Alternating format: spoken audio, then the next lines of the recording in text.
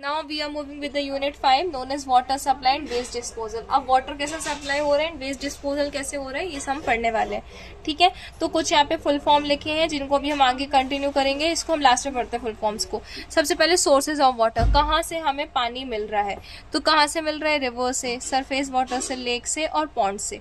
Ground water से, कुएं से, स्प्रिंग से, ट्यूबवेल से। स्प्रिंग समझते हो क्या होता है? झरना। झरना नहीं बोलेंगे एग्जैक्टली उसको।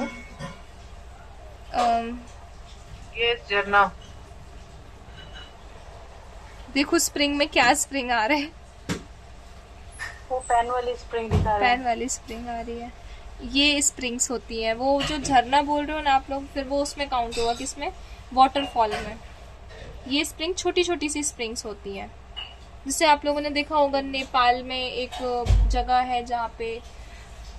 फिर ट्यूबवेल्स, पोर्टेबल वाटर। अब ठीक है, जो यूज किया जा सके। तो पहले की फैक्ट देख लो। अर्थ जो है ये 72% ऑफ वाटर से कवर्ड है। ठीक है, 97% इस 72% का 97% सी वाटर है और सिर्फ 1% ऐसा है जो फ्रेश वाटर है। ये फ्रेश वाटर कहाँ से आता है? Fresh water is coming from, कहाँ से मिलता है हमको फ्रेश वाटर? तो फ्रेश वाटर जो बारिश का पानी होता है जो अंडरग्राउंड में आ जाता है, तो अंडरग्राउंड से मिलता है अंडरग्राउंड वाटर। और दूसरा मिलता है ग्लेशियर्स के मेल्ट करने की वजह से। जो रिवर्स है वो कैसे बनती हैं? ग्लेशियर के मेल्टिंग की वजह से बनती है ना। हाँ जी। Then hydrological water cycle. अब वाटर साइकिल मतलब जो पानी गिरता है फिर पानी नहीं गिरता है, बादल बन जाता है, ये पढ़ रहे, ये इंपॉर्टेंट है। ठीक है, इट इज इम्पॉर्टेंट। सबसे पहले क्या होगा, इमेजिन करना। ठीक है, समुद्र है, बहुत तेज गर्मी है, तो क्या होगा, वो समुद्र का जो पानी है that become the steam, evaporation होगा। What is the meaning of evaporation? Evaporation is the term, evaporation मतलब होता है, ये एक टर्म है। किसकी टर्म है? Conversion of water into vapour is known as evaporation. मतलब वाटर का वेपर में कन्वर्ट होना इवेपोरेशन कहलाता है। क्लियर है? आ सकता है आप लोग को डिफाइन करने के लिए। देन कंडेंसेशन, कंडेंसेशन मतलब उस वेपर का ठंडा होना, तो कंडेंसेशन मतलब cool down of the vapour. Then उसके बाद रेनफॉल, और ये कंडेंस होके क्या होता है, सॉलिड फॉर्म में जाता है जिसे हम क्या बोलते हैं, सॉरी गैसियस फॉर्म में जाता है जिससे क्लाउड बन जाते हैं। देन होता है फिर रेनफॉल, रेनफॉल के बाद इनफिल्ट्रेशन जो ग्राउंड की वजह से होता है ना, ग्राउंड में एक लेयर पे जाएगा, दूसरी लेयर पे जाएगा, सेडिमेंटेशन, सेडिमेंट्री रॉक्स पे जाएगा, मेटामॉर्फिक रॉक्स पे जाएगा। ये मैं पत्थरों के नाम ले रही हूँ जो जमीन के नीचे होते हैं। फिर वो नीचे ग्राउंड वाटर में जाएगा और फिर ग्राउंड वाटर से हम फिर वापस ये इवेपोरेशन स्टार्ट हो जाएगा।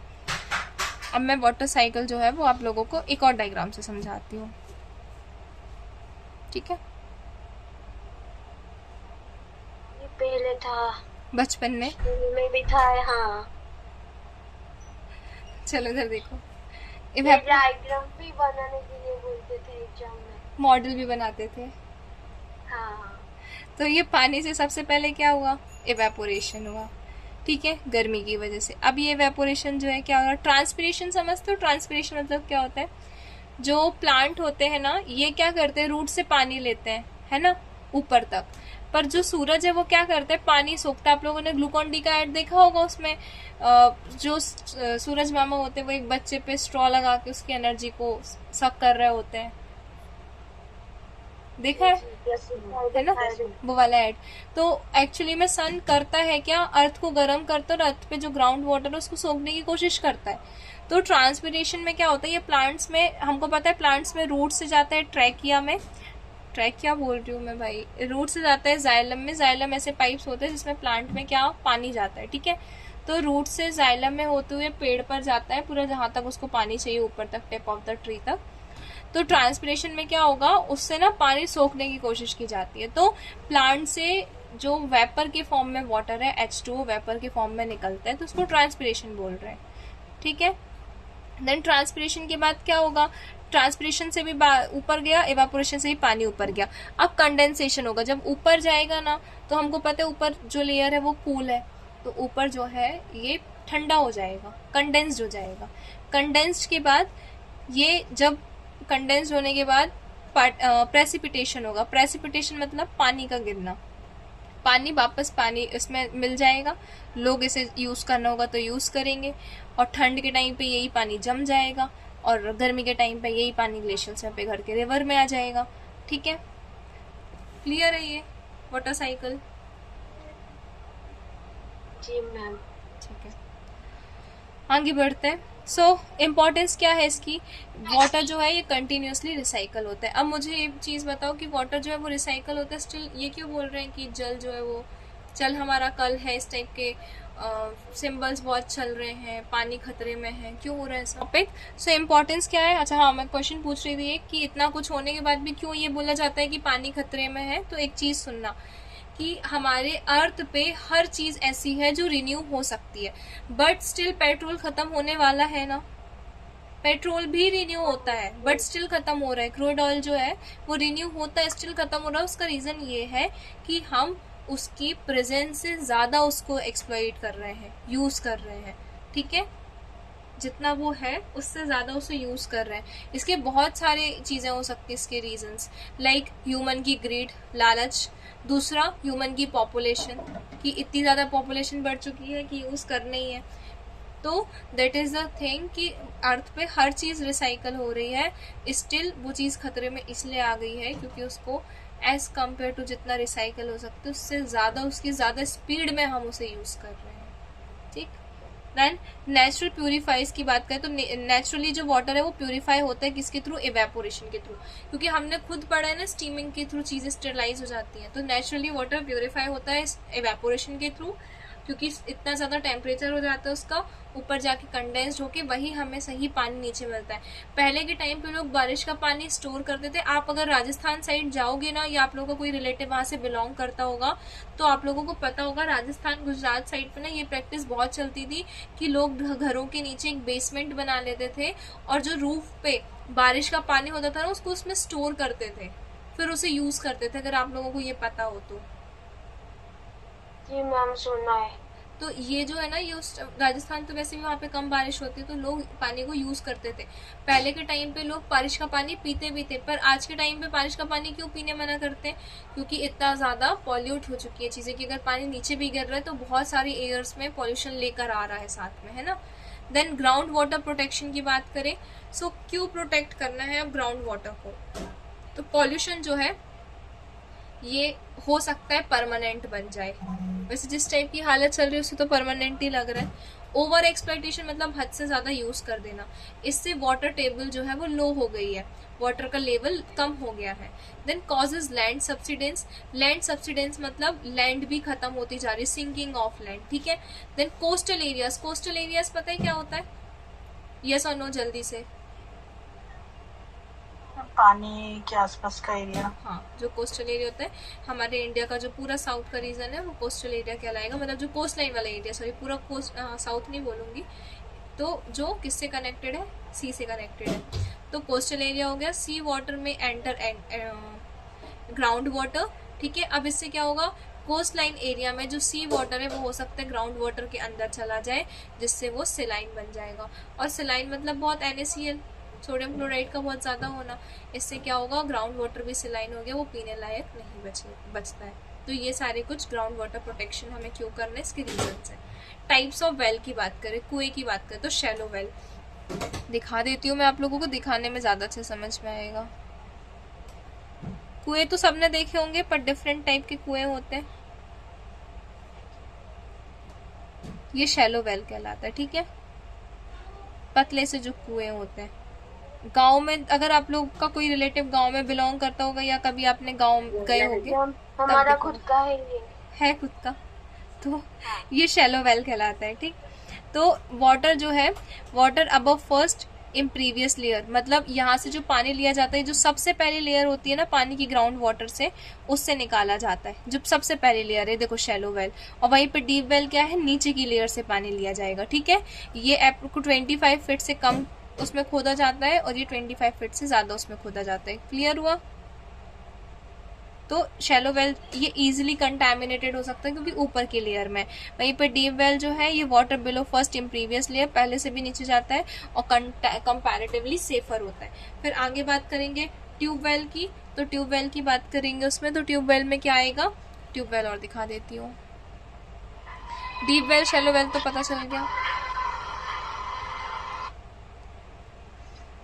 ये ट्यूबवेल कहलाते हैं। देखा होगा आप लोगों ने, मोटर लगी होती है और खेतों में पानी डालने के लिए यूज होता है ना। जी। तो ये कहलाता है ट्यूबवेल। सो सेफ होता है, इकोनॉमिकल होता है, एवरेज लाइफ जो है ये 10 साल तक चल जाता है, up to 30 years with maintenance. और अगर मेंटेनेंस के साथ तो 30 ईयर्स तक चल जाएगा। प्रोटेक्शन देखिए, क्यों प्रोटेक्शन करनी है वेल्स की, तो keep 15-20 metre away from latrines and garbage. क्यों?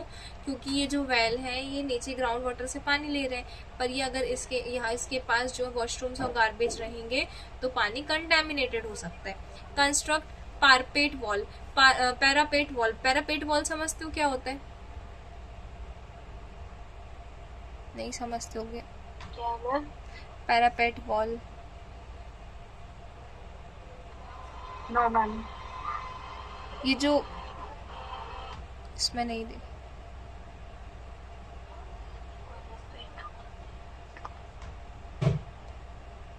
वो डायग्राम ही नहीं आ रहा जो मुझे दिखाना था।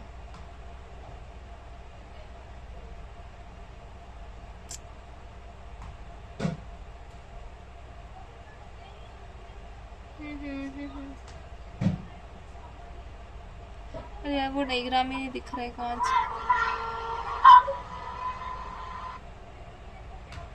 देखो इसमें नहीं दिख रहा, अब मेरे सिंपल वर्ड्स में ही समझ लो। जो पैरापेट वॉल होती है ना, पैरापेट वॉल का मतलब होता है कि उसको कवर अप कर देना। ठीक है, देखो इस डायग्राम में देखो, इसमें शायद समझ में आ जाएगा। इसमें क्या होगा, यहाँ पूरे में वॉल बना देंगे, ठीक है, सीमेंटेड की या कंक्रीट की। तो इससे क्या होगा कि अगर कोई इन्फेक्शन यहाँ से आना होगा तो वो नहीं आ पाएगा, क्योंकि नीचे तक एक हमने क्या कर दिया है, बैरियर बना दिया है।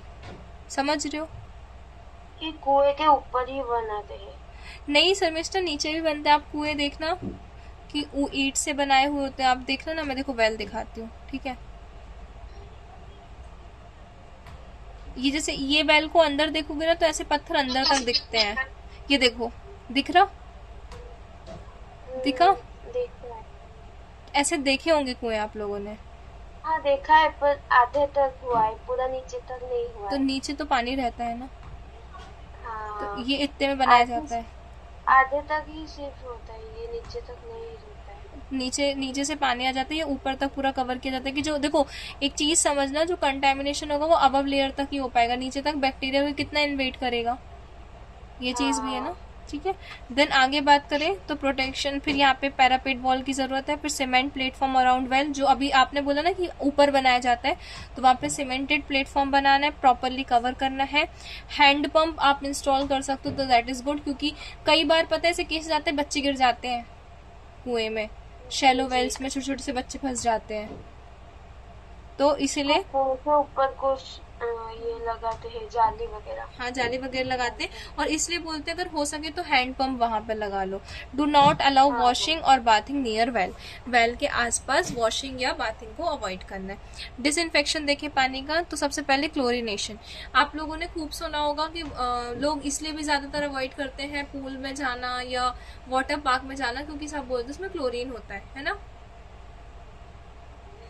जी। पर क्लोरीन जो है ये क्यों ऐड किया जाता है, वाटर को क्या करने के लिए, वाटर को डिसइंफेक्ट करने के लिए, और ये सस्ता भी होता है। ठीक है, वो बात अलग है कि हर चीज़ के साइड इफेक्ट होते हैं, स्किन पे रैशेस वगैरह आ जाते हैं जिन्हें बिल्कुल क्लोरीन सूट नहीं होता है। तो क्लोरीनेशन इसलिए यूज किया जाता है, वाटर में क्लोरीन मिलाते हैं। क्योंकि आपको पता है क्या जो लोग आ रहे हैं वो कैसे हैं, नहीं पता ना, कुछ लोग तो इतने खराब होते हैं। तो ऐसे लोग भी होते हैं, लाइक स्प्यूटम उसमें डाल देना, और अगर नहीं भी डाल रहे तो आप ये समझो पानी के अंदर एक इंसान जा रहा है तो उसका माउथ भी ओपन होगा ना, तो कहीं ना कहीं सलाइवा तो मिक्स हो रहा है, तो इतने सारे पानी में हर चीज आ रही है ना, तो क्लोरीनेशन वहाँ पे किया जाता है। लाइक मोस्ट, ये बहुत इकोनॉमिकल है, इफेक्टिव मेथड है। इसके स्टेप्स क्या होते हैं, सबसे पहले हम वाटर के वॉल्यूम को कैलकुलेट करते हैं, फिर हमें उसके लिए ब्लीचिंग पाउडर कितना चाहिए, क्लोरीन पाउडर कितना चाहिए वो देखेंगे, फिर हम वहाँ पे क्लोरीन सॉल्यूशन बनाएंगे और उसको पूरे कुएं में अच्छे से फैलाएंगे। 1 hour allow 1 hour contact period, 1 घंटे तक उसको छोड़ देना है कि पानी में क्लोरीन का कॉन्टेक्ट बन जाए। क्लोरीन टैबलेट देखें तो क्लोरीन की टैबलेट आती है 0.5 ग्राम की टैबलेट आती है, जो 20 लीटर तक के पानी को डिसइंफेक्ट कर सकती है। ठीक है, देन आगे बात करते हैं अर्बन ड्रिंकिंग वाटर सप्लाई की। जो शहर में पानी सप्लाई हो रहा है, तो लार्ज स्केल प्योरिफिकेशन, बड़े स्केल में प्योरीफाई कर रहे हैं। तो सबसे पहले आता है सेडिमेंटेशन। ठीक है, सेडिमेंटेशन मतलब क्या होता है, पता है आप लोग को? सेडिमेंटेशन मतलब गुड। ठीक है, लाइक अगर पानी में रेत है तो पानी को कुछ देर के लिए छोड़ दो तो रेत नीचे बैठ जाएगी, तो that is known as sedimentation. सो जाओ। तो यहाँ पे क्या होगा, जो भी इम्प्योरिटीज है ये क्या होंगी, नीचे सस्पेंड हो जाएंगी। देन इससे क्या होगा, माइक्रो ऑर्गेनिज्म भी रेत के साथ नीचे बैठ जाएगा। फिर दूसरा है फिल्ट्रेशन। फिल्ट्रेशन मतलब उसको पानी को साफ कर देना। इससे 98 to 99% डिसीज जो है, डिसीज कॉजिंग ऑर्गेनिज्म है जो वो रिमूव हो जाते हैं। देन क्लोरिनेशन, ये फाइनल डिसइंफेक्शन स्टेप है। तो सबसे पहले सेडिमेंटेशन किया, जो भारी चीजें थी वो नीचे बैठ गई, उसके बाद फिल्ट्रेशन किया, उसके बाद क्लोरिनेशन किया। ये यहाँ पे ये जो स्टेप्स हैं ये इंपॉर्टेंट है अर्बन ड्रिंकिंग वाटर सप्लाई के, कि कैसे सप्लाई होता है। देन वाटर क्वालिटी स्टैंडर्ड्स देखें कि वाटर की क्वालिटी हम किस बेसिस पे चेक करेंगे। तो क्यों चेक की जाती है? सबसे पहले बैक्टीरिया एंड वायरस की क्वांटिटी उसमें क्या है, टॉक्सिक सब्सटेंसेस जैसे आर्सेनिक, लीड और मरकरी क्या है। याद करो अपन ने DHE 1 में एक डिसीज पढ़ी थी फ्लोरिएसिस, अगर याद हो तो। क्या मैम? फ्लोरिएसिस एक मैंने डिसीज पढ़ाई थी DHE 1 में। ये क्यों होती थी?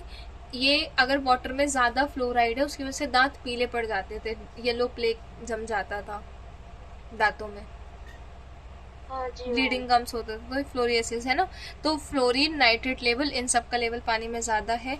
और अगर आप लोग को पता होगा, फ्लोराइड हो गया, लीड हो गया, नाइट्रेट हो गया, ये बॉडी में थोड़े से भी अमाउंट जो है ये जानलेवा हो सकता है। ठीक है, then colour, taste, odour, hardness, ये सारी चीजें चेक की जाएंगी। कलर क्या होगा वाटर का?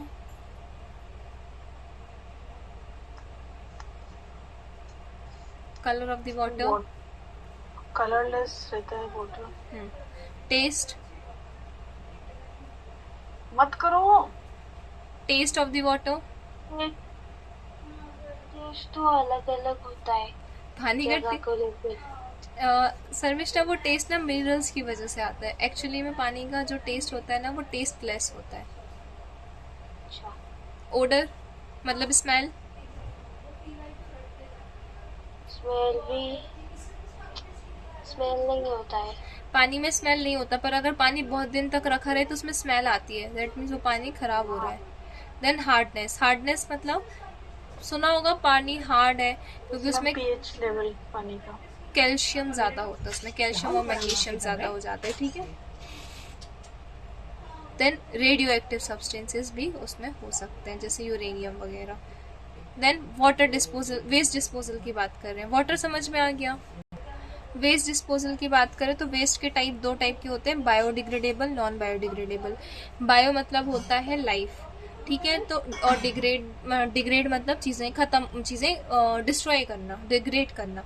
तो बायोडिग्रेडेबल मतलब जैसे जो ऐसी चीजें हैं जो बायोलॉजी से, नेचुरल से रिलेटेड है, उसे हम डिग्रेड कर रहे हैं। और नेचर की चीजें डिग्रेड कर रहे हैं मतलब वो बेनिफिशियल होंगी किसके लिए, इन्वायरमेंट के लिए। और नॉन बायोडिग्रेडेबल उसका अपोजिट। तो ये नेचुरली डिकम्पोज हो जाता है बायोडिग्रेडेबल, नॉन बायोडिग्रेडेबल नहीं होता। इसका एग्जांपल ले लो, कोई डेड ऑर्गेनिज्म, कोई कुत्ता मर गया कहीं पे, उसको जमीन के अंदर दफना दिया, तो क्या होगा, 2 साल बाद देखेंगे उसकी सिर्फ बोन्स मिलेंगी, और 15-20 साल बाद देखेंगे तो बोन्स भी नहीं मिलेंगी, या 50-60 साल बाद देखेंगे तो बिल्कुल भी बोन्स नहीं मिलेंगी। क्यों? क्योंकि वहाँ के माइक्रो जो डिकम्पोजर्स है वो उसे खा गए। देन वहीं पे अगर पॉलिथीन को रख दो तो आज से 70-80 साल बाद भी देखेंगे तो पॉलिथीन वहीं वैसी ही मिलेगी, प्लास्टिक। ओके, देन क्या क्या स्टेप्स हैं वेस्ट डिस्पोजल के, कि स्टोर कहाँ हो रहा है, कलेक्ट कहाँ हो रहा है, और उसके बाद डिस्पोज कहाँ हो रहा है। लाइक जैसे अगर ह्यूमंस में हम ह्यूमन लाइफस्टाइल में बात करें तो फॉर द वाटर डिस्पोजल वो होती है ना, क्या बोलते हैं उसको, ईवा, इसका स्टैंड लेकर आओ। स्टेप्स में देखो, स्टेप्स बोल रही हूँ मैं, घरों के बाजू से नालियाँ निकली होती हैं, फिर वो जाके बड़े से डंक यार्ड में मिलती हैं, है ना। जी जी। तो ये वाटर डिस्पोजल हो गया। फिर वो पानी जो है उसको फिल्ट्रेट किया जाता है। और वही में वेस्ट की बात करें तो घरों में टैंक्स होते हैं, और आफ्टर फिलिंग द टैंक, जब वो टैंक्स भर जाते हैं तो फिर नगर निगम की एक गाड़ी आती है, वो उसका जो भी एक्सक्रीट है उसे ले जाती है, फिर उसको प्रोसेस किया जाता है, उसका मैन्योर बनाया जाता है, फिर प्लांट्स में प्लांट्स को एज अ खाद यूज किया जाता है। ठीक है, देन मेथड्स देखिए वेस्ट डिस्पोजल की, तो सबसे पहले डंपिंग कर देना, सिंपल है, कहीं डंपिंग मतलब कहीं फेंक देना, पर अनहाइजीनिक है क्योंकि जहाँ आप फेंक रहे हो वहाँ का इन्वायरमेंट खराब हो रहा है ना। फिर मैन्योर पिट मतलब छोटा सा गड्ढा खोद के उसमें उसे यूज करना, ये गाँव के लिए यूजेबल है, जो कि एज अ मैन्योर यूज कर सकते मैम हैं। हम लोग करते हैं ये। क्या करते हो? लाइक ये जो सब्जी भाजी रहती गड्ढा खोद के डाल दिया। हाँ हाँ नहीं हो, ये होता है, ये खाद बन जाती है ना। फिर बूरियल मेथड मतलब उसमें बरी कर दिया, ठीक है, कैंप्स के लिए सुटेबल है। सैनिटरी लैंडफिल, सैनिटरी लैंडफिल में क्या होगा? सैनिटरी लैंडफिल से क्या समझते हो?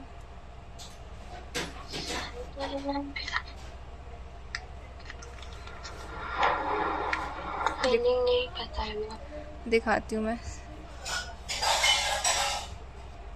चैनल्स बनाए जाएंगे जहाँ पे वेस्टेज को रखा जाता है, और वहाँ पे वेस्टेज भी डिवाइडेड होते हैं, क्योंकि अगर हम वहाँ पे प्लास्टिक का वेस्ट अंदर डालेंगे तो वैसा का वैसा ही रहेगा, है ना।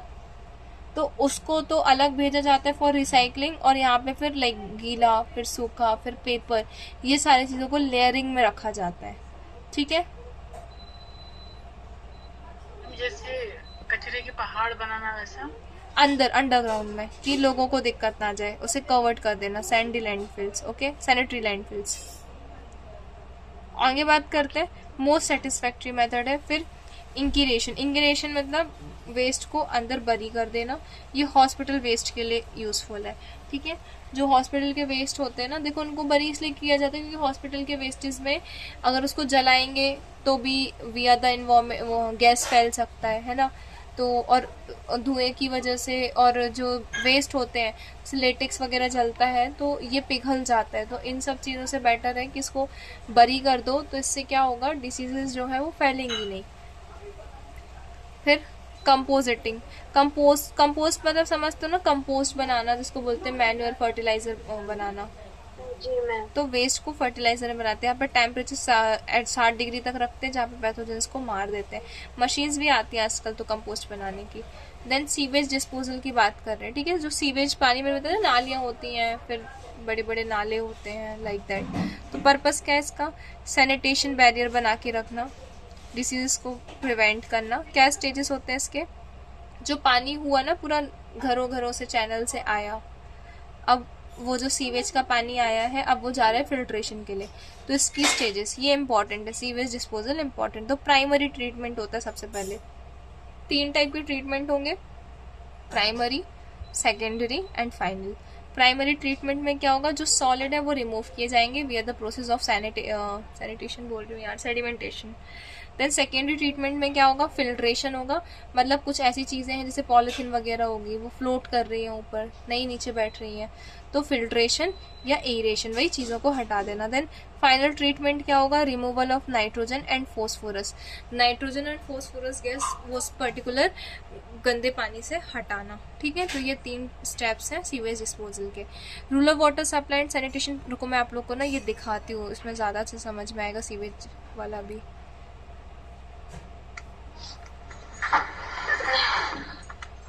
सीवेज ट्रीटमेंट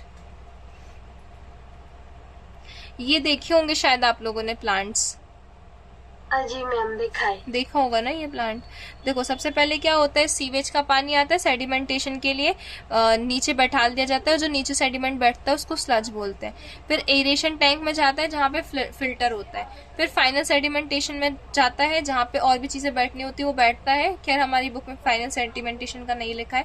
फिर वाटर ट्रीटमेंट के लिए जाता है जिसमें नाइट्रोजन फोस्फोरस और उसमें और भी जो गंदगी होती है उसको हटाया जाता है, ठीक है, डिसइंफेक्शन किया जाता है उसका, ठीक। तो ये प्लांट होता है, सेडिमेंटेशन होगा, फिर ये सेडिमेंट हटाया जाएगा, फिर यहाँ पे एरेशन फिल्ट्रेशन होगा, ठीक है। फिर ये जो दिख रहा है ये यहाँ पे ट्रीटमेंट होता है, पर्पल पानी, फिर देखो होते होते वाइट पानी आ गया, फिर ये टैंक में जाता है जहाँ फर्दर फिल्ट्रेशन होता है, फिर ये या तो घरों में सप्लाई हो जाते हैं या तो नॉर्मल रिवर में मिला दिया जाता है पानी, ठीक है, साफ करके रिवर में मिला देते हैं। Rural water supply and sanitation programme देखें तो कुछ इंपॉर्टेंट प्रोग्राम्स हैं। इन सब का फॉर्मूले बोल रही हूँ, फुल नेम्स ना ऊपर लिखे हुए हैं यहाँ पे, इन्हीं सब के फुल नेम लिखे हैं, ठीक है। पहला देखते हैं NWSSP, national water supply and sanitation programme 1954, village water supply programme, accelerated rural water supply programme, minimum needs programme, technology mission and drinking water. ठीक है, सबसे पहले पढ़ रहे हैं हम, और एक और है CRSP। ठीक है, सबसे पहले हम पढ़ रहे हैं क्या, national water supply and sanitation programme. तो सबसे पहले इसके देखो, इन सबके ऑब्जेक्टिव्स इंपॉर्टेंट है, बुक में सिर्फ ऑब्जेक्टिव्स लिखे हुए हैं। तो क्या ऑब्जेक्टिव है, ये गवर्नमेंट ऑफ इंडिया 1954 में लॉन्च हुआ था। इसने क्यों लॉन्च हुआ था, to provide safe drinking water and sanitation facilities, public health को इम्प्रूव करने के लिए स्पेशली गांव के एरियाज में। और यहाँ पे सक्सेस ये क्या था, इसने स्टार्टिंग के 5 साल का ये पूरा प्लान था, मतलब जब लॉन्च हुआ था तो 5 साल का प्लान था। Then second, village water supply programme, जो गांव में पानी सप्लाई कर रहा था। तो उसके ऑब्जेक्टिव्स क्या थे, ड्रिंकिंग वाटर प्रोवाइड करना, फैसिलिटीज प्रोवाइड करना गाँव के लोगों को, सेफ एंड क्लीन वाटर हर किसी के पास पहुंच सके, डिपेंडेंस जो है वो कंटेमिनेट हो जाए। ठीक है, ऑन कंटेमिनेटेड वाटर सोर्सेज, मतलब ऐसी सोर्सेज से जो कंटेमिनेटेड पानी है उससे कम हो सके, रिड्यूस हो सके। आगे बात करें accelerated rural water supply programme की, ARWSP। तो इसमें क्या ऑब्जेक्टिव्स इसके क्या थे, स्पीड अप करना। देखो एक्सीलरेशन सुना होगा, एक्सीलेटर होता है ना गाड़ी में, एक्सीलेटर क्या काम करते हैं, स्पीड बढ़ाने का काम करते हैं गाड़ी में। तो एक्सीलरेटेड मतलब किसी चीज को बढ़ाना। तो यहाँ क्या करते हैं, ये क्या प्रोग्राम था, ये जो प्रोविजन चल रहा था ना सेफ ड्रिंकिंग वाटर का रूरल एरियाज में, इसको स्पीड अप करने के लिए निकाला था। इसमें सारे वाटर सोर्सेज कवर थे, जो भी प्रॉब्लम्स हैं गांव की रिलेटेड टू वाटर, इनको प्रायोरिटी पे रखा गया था, और रूरल वाटर सप्लाई इंफ्रास्ट्रक्चर को इम्प्रूव करने के लिए प्रोग्राम चलाया गया था। Then minimum need programme, MNP। ठीक है, इसमें जो बेसिक नीड है गांव के लोगों की उसे फुलफिल करने के लिए प्रोग्राम था। सेफ ड्रिंकिंग वाटर जो थी वो इंक्लूडेड थी। ठीक है, जो कि मिनिमम असेंशियल सर्विस के रूप में फॉर्म में रखी गई थी, देन मतलब इंक्लूड की गई थी। Then to improve living standards, जो कि गांव में लिविंग स्टैंडर्ड्स इंप्रूव करने के लिए हुआ था। Then technology mission on drinking water, ये 1986 में लॉन्च हुआ था, टू इम्प्रूव द परफॉर्मेंस और जो भी कॉस्ट इफेक्टिवनेस थी रूरल वाटर सप्लाई प्रोग्राम्स की। ठीक है, इट इंश्योर, जो एडिक्वेट क्वांटिटी है मतलब भरपूर क्वांटिटी एंड एक्सेप्टेंस है किसकी, acceptable quality of drinking water की। इसको to provide long term and sustainable water develop supply. ठीक है, and to final practical and low cost solutions to rural water problems, मतलब एक प्रैक्टिकल चीज बन जाए to solve the problem and साथ में वो लो कॉस्ट भी रहे। इसका एम बोले तो एडिक्वेट क्वांटिटी, ठीक है, मतलब भरपूर क्वांटिटी, एक्सेप्टेबल क्वालिटी और sustained ability of the drinking water, मतलब सस्टेन्ड मतलब क्वालिटी बनी रहे। स्वच्छ प्रोग्राम 1986, ठीक है, save water and community health, इसका फुल फॉर्म है। इसका ये राजस्थान में स्टार्ट हुआ था, to provide safe drinking water, to control guinea worm diseases. जो गोनिया सुना होगा ना, गोनिया हो जाता था लोगों में, तो गोनिया वॉर्म डिसीजेस को कंट्रोल करने के लिए इसमें वुमेन्स इन्वॉल्व थी, जो इन हैंडपम्प मेंटेनेंस, ठीक है, कि हैंडपम्प को साफ करना, चिकनगुनिया, हाँ। Then to increase community participation in water management. उसके बाद आगे बात करते हैं। अच्छा, मैं ऊपर नीचे पढ़ रही हूँ, ठीक है, कोई नहीं।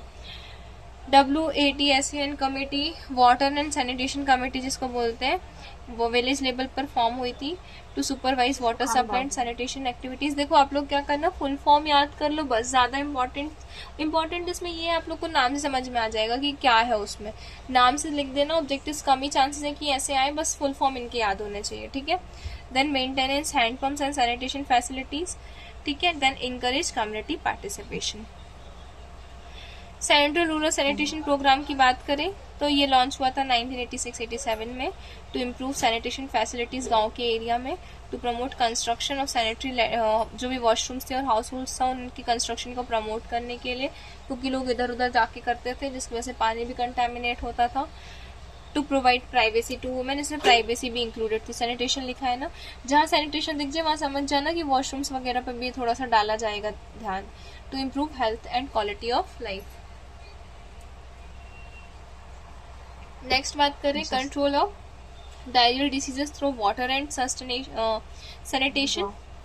तो इसमें डायरियल डिसीजेस को रिड्यूस करना, अवेयरनेस स्प्रेड करना about personal hygiene, safe drinking water and ORS। ये कहाँ पे इम्प्लीमेंट हुआ था, वेस्ट बंगाल मिदनापुर में। फिर ये कुछ इंपॉर्टेंट पॉइंट्स यहाँ लिखे हैं। National water supply and sanitation programme, ये तो बता दिया था। मेन फोकस ऑन सब किस पे फोकस करे थे? ड्रिंकिंग वाटर सही हो, सैनिटेशन इंप्रूव हो, कम्युनिटी पार्टिसिपेशन सही हो, वुमेन का इन्वॉल्वमेंट हो, रूरल डेवलपमेंट हो, better hand and quality of life रहे। ये फुल फॉर्म ऑलरेडी अभी पूरा बता चुकी हूँ और ऊपर भी यही लिखा है। ठीक है, कोई डाउट है इसमें?